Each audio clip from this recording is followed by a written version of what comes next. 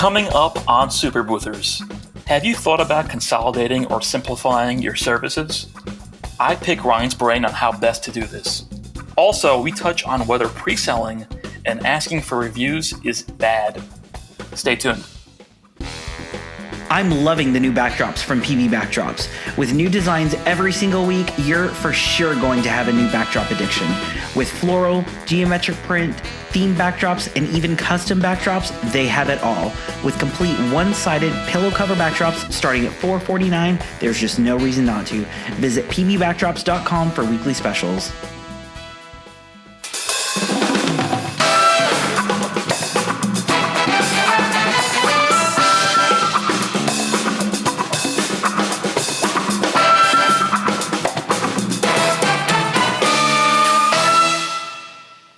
Welcome to Super Boothers. My name is Ryan. And I'm Ismail. Good morning. Good afternoon. It's always morning. Everyone asks, so it's been a running joke with one of my friends. Whenever I pick up the phone, I always go, good morning.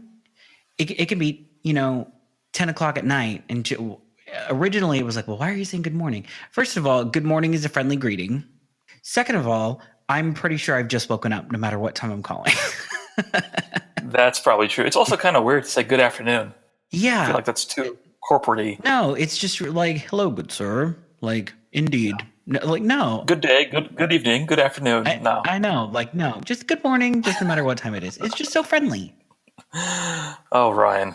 You got to start these episodes off with a little anecdote like that. I like that. Absolutely. I'm pretty sure there's... I really wonder when people listen to us. If it's in the morning, the afternoon, the evening, or the night. I think most people download the new episode in the morning immediately. So... Just you wake up on Wednesday, that's the first thing you do. That is the first thing they do. Oh my gosh. I love it. So, I actually wanted to pick your brain on something, if you don't mind. Sure. You can go to my website at ryansalinas.com/schedule appointment, and I'll be happy to take your question. This is the appointment. Don't you remember? How can I help? Step into my office. Something I've been thinking about lately, and I've mentioned kind of... Oh, good for you, little scarecrow doing some thinking. I've mentioned before how I did a big reboot and a rebrand. So part of that is I redid my website, and I'm trying to simplify my services and offerings. And I noticed on your site... Well, you're a simple person. No, I try. I noticed on your site that I found it very interesting how you came up with your services. And I was curious to hear the backstory, the logic behind it. So, for example, this may not apply to you, but this is the issue I'm running into, where I have I had an enclosed booth, but if you listen to episode 66, we discussed why, I'm getting rid of that. And now I have the iPad and open booth style booths, but they're not all the same, right? So I have these older open booth style photo booths, and now I have these iPad booth styles as well. Now, I'm wondering, do I position them separately, or do I just come up with a name like an open booth or a ring light booth and stick to that generically? Does that make sense? None. So let me get this straight. So you're telling me that you have like these older enclosed style booths, these newer ring light booths, and you're wondering if you should just sell it as like the same package and then just... So not make. Let me dig into this a little bit more. So if I look at your site, Ryan, you have something like you have a ring light booth, and that's basically for people listening. It's the iPad booth with a ring light around it, right? But you also have different variations of that same booth. For example, a glam booth, which is the same booth but with a specific backdrop and filter, and you also have something like a green screen, which is the same booth but a green screen, right? So I'm wondering, they're the same booth, right? But you have the variations that you broke them up into. Why did you do that? Well, first of all, again, I focus on creating content. I focus on... But for example, couldn't you have just said ring light booth and the green screen's an add-on and the glam filter and backdrop's an add-on? Why is it a separate booth? Pretty. I just think that because I, again, try and sell the experience like that. And what I mean by that is I sell the outcome. I sell the content that we're creating. So it allows me to have things that are a little bit, A, more customizable, and B, I can charge more for just how I present it and package it rather. I think that's So I would much rather have things that a lot of people do this.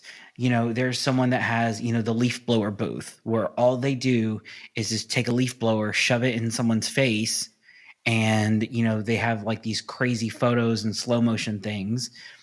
Again, you're using the same equipment.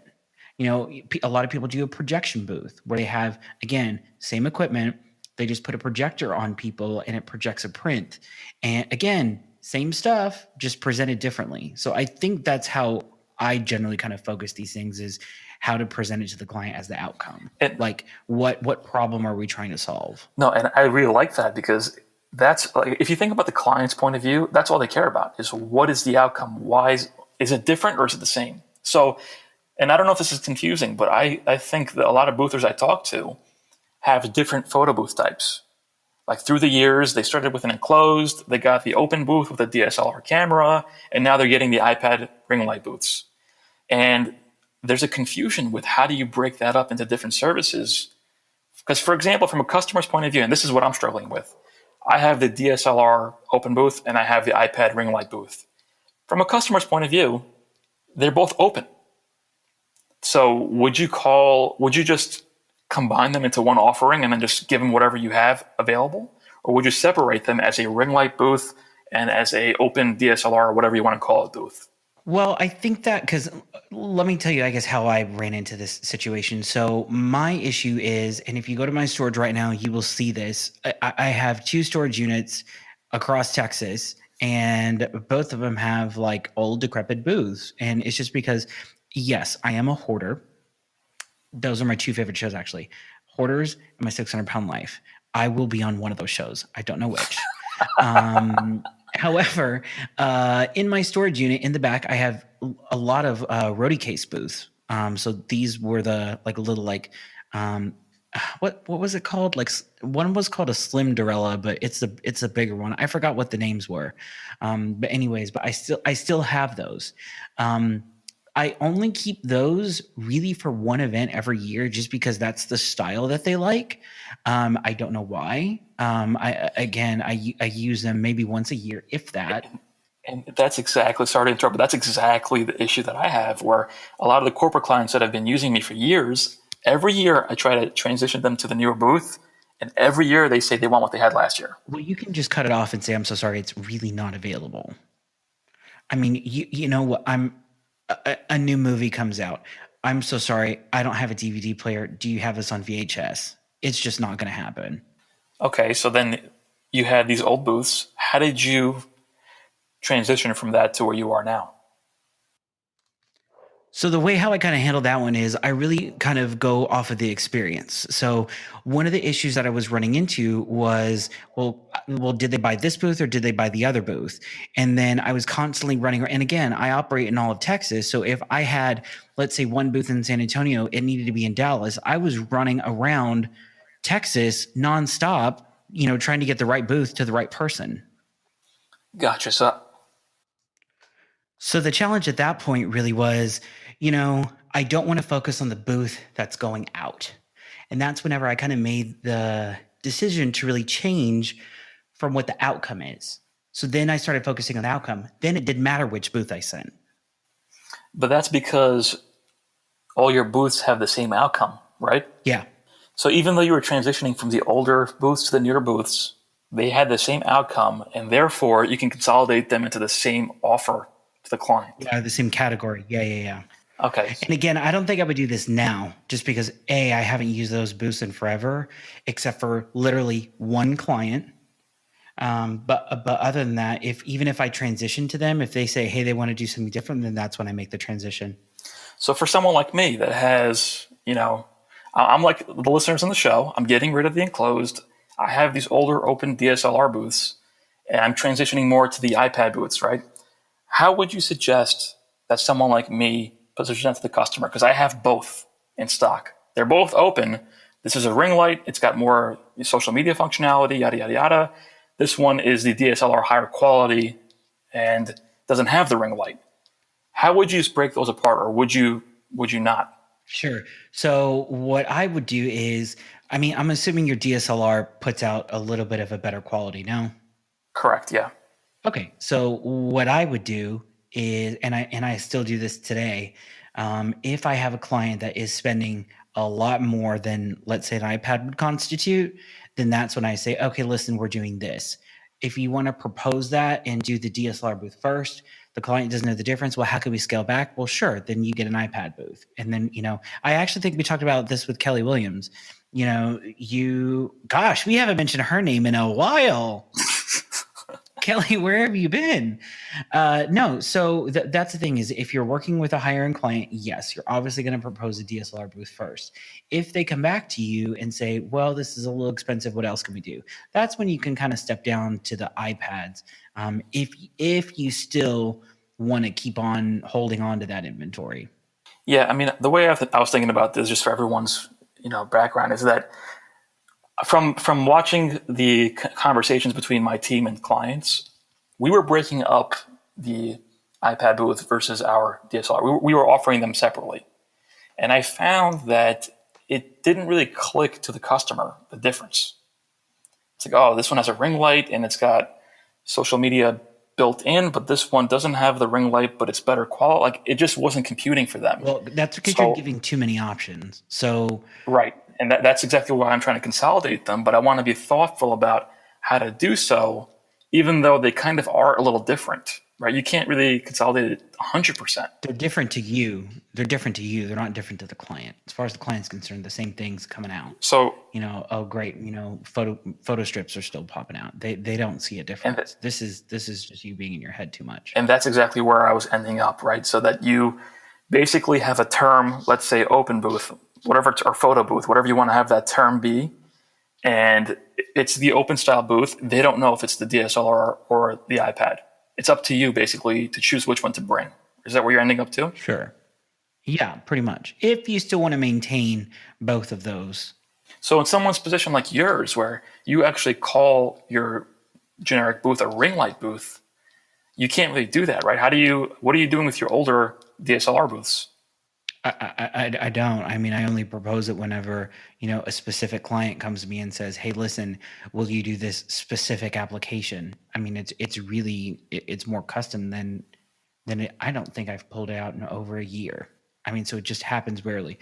Although if someone came to me that says, hey, listen, we want to set up this, for an extended period of time, we want to be able to lock it up. If they're giving me a description that will fit that, then yes, that's when I will use it.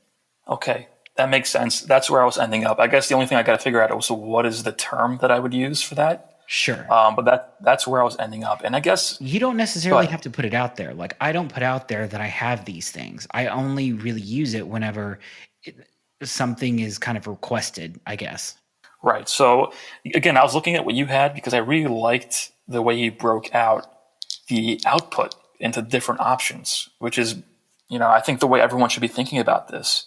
So I'm curious, how did you decide on, let's say, the glam booth and the green screen booth as your only other options? Is that what people were asking for the most? Like, what went into that? Just my mood. And that really is the case.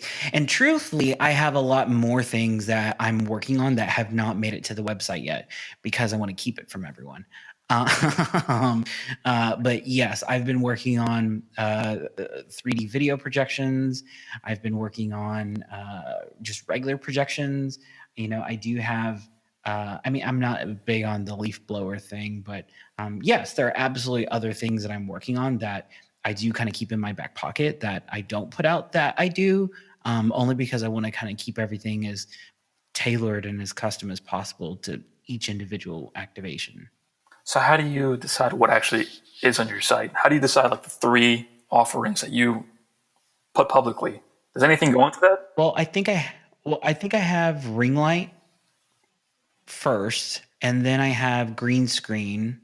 I have roaming photo booth on there. I have glam booth, and I have headshot station, and those are pretty much the top 5 things. And that's also, and I love doing. That's also a great example of, again, the outcome. It's the same setup, really, right? It's just exact same. Yeah, it's just different applications. And I think that's exactly what I'm trying to get to. I think that's the way we should be thinking about it.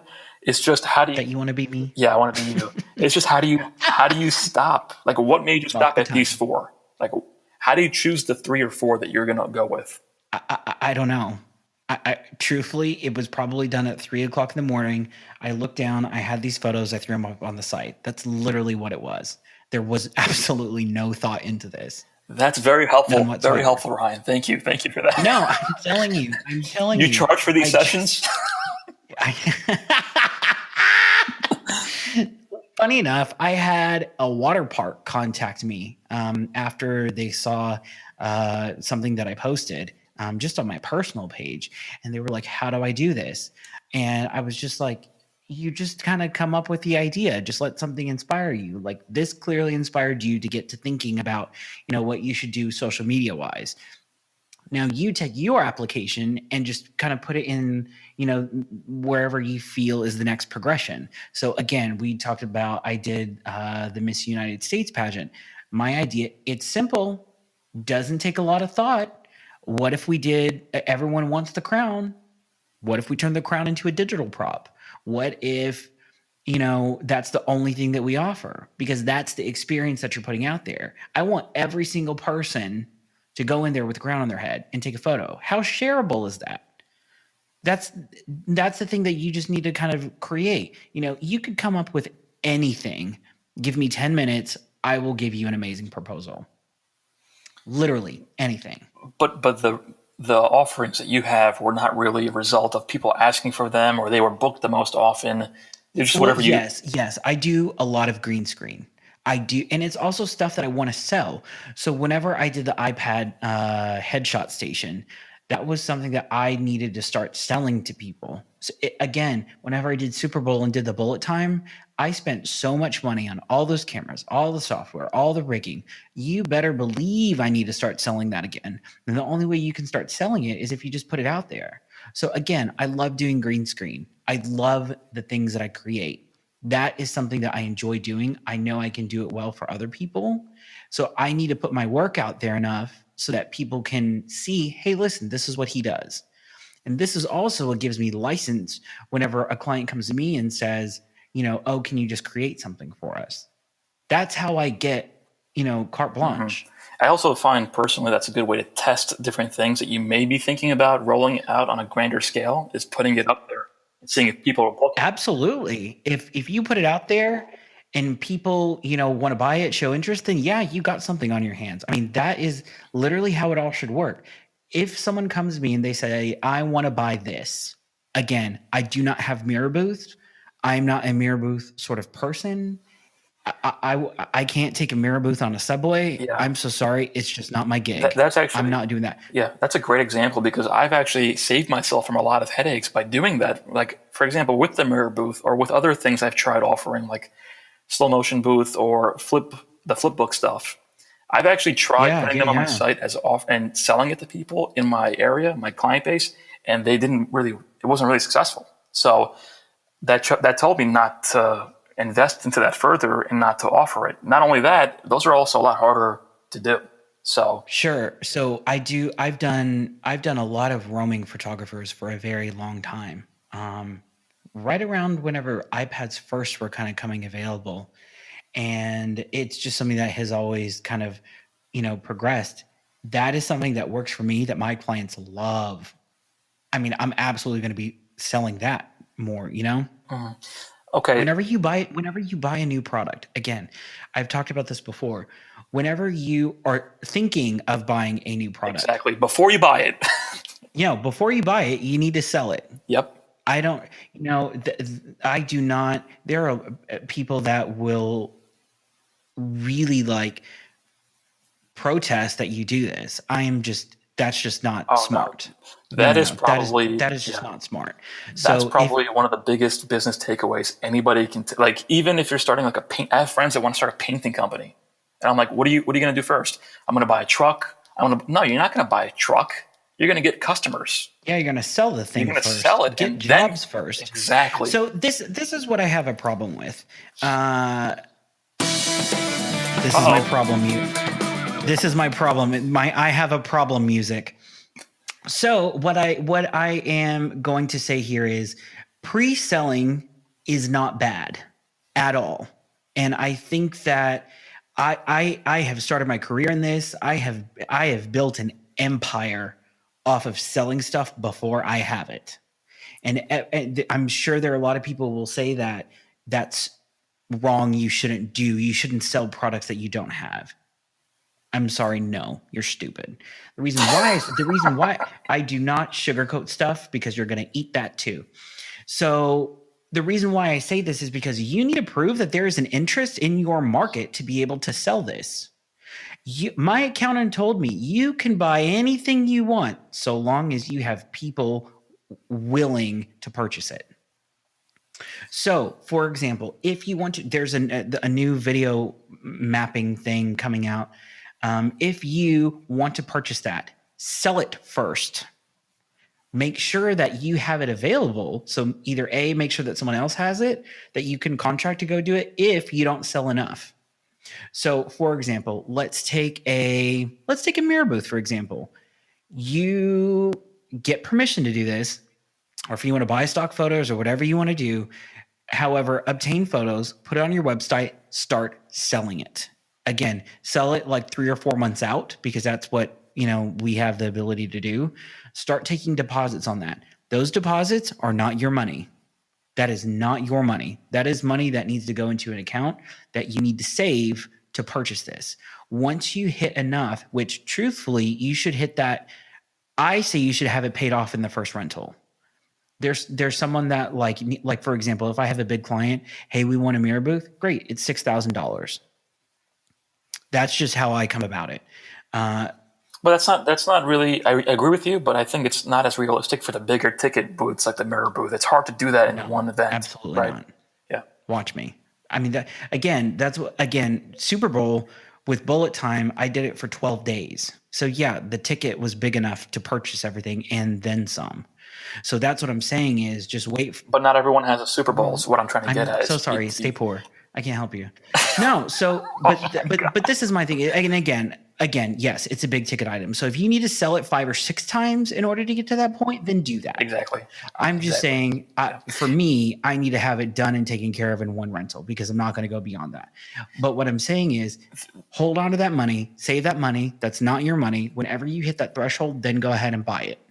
This is something I totally agree with you on, by the way.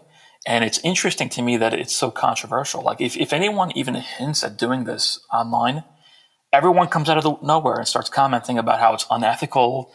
Well, and I can tell you why, is because the people that have done it not successfully are the ones that have screwed people over. Right. That's why it has such, and I will name names. But this is just DM me. This is a very common practice, right? You can look everywhere and you see businesses doing this all the time. Even, for example, colleges, they allow students to enroll in classes. And if they don't get enough students. Before you've even graduated. Right. But if they don't get enough students, that class is not happening. Yeah, absolutely. They cancel the class. So I really don't understand the negativity around pre-selling. I think that that's the best way to validate it. Another way to do it, which is what I've done, I befriend my local boothers in my market. And if they have something that I don't have, let's say a mirror booth, I'm like, hey, man, would you mind if I use some of your photos to sell it and I'll sub it to you? Oh, no problem. So I get permission from them. I have someone that knows how to fulfill the service, and I can use it as a way to validate that there's a market for it. For sure. Why would I invest all that money into buying a booth that I found out wouldn't have been booked anyway? It would be stupid. Yep. It would be stupid. Absolutely. Yeah. But I don't get why everyone's got this fear mindset about you shouldn't do this. Well, so this is another thing that kind of came up recently, is the subject of reviews. And so, for example, if you ask your client or give some incentive for a review, same thing goes for vendors. There are people that see that as, well, you're buying a review. That's unethical. I call BS. Chipotle does it. My friend Chick-fil-A does it. You go to Chick-fil-A, go check on your receipt. It says, if you go and complete this survey with this code, we will give you free food. It is an incentive. Yep. I have a big problem with people that do not believe that that is ethical. It's an incentive. You're not buying a review. You're not giving someone cash. You're giving someone a reason to complete that review for you. It's also not a fake review, right? You're just giving people a reason to actually go through the effort of giving you the review. Otherwise, you'd never get them. Plenty of clothing companies do it. You'll buy something, the box will come in, you'll open up your thing, there's your shirt or, whatever it is you purchase, and there's a little card that says on your next purchase, you get this, if you leave a review. On this site, here's how you do it, here's how you claim it. There's absolutely nothing wrong with that. And we'll talk about that in a couple of episodes when we do a whole episode on reviews. Yeah, I mean, again, a lot of people have this negative view on this stuff, and I just get baffled by why. Where is that coming from? But everyone should think for themselves, and I totally agree with Ryan on this, especially with the pre-selling. You're not going to pre-sell something that's happening tomorrow that you don't have the equipment for. No, right? You're not going to be stupid about it, but you can absolutely pre-sell in an ethical way. I don't understand the whole hoopla around it. No, I just think it's dumb. So anyways, children, don't do that stuff. Don't buy stuff without having other people buy it from you first.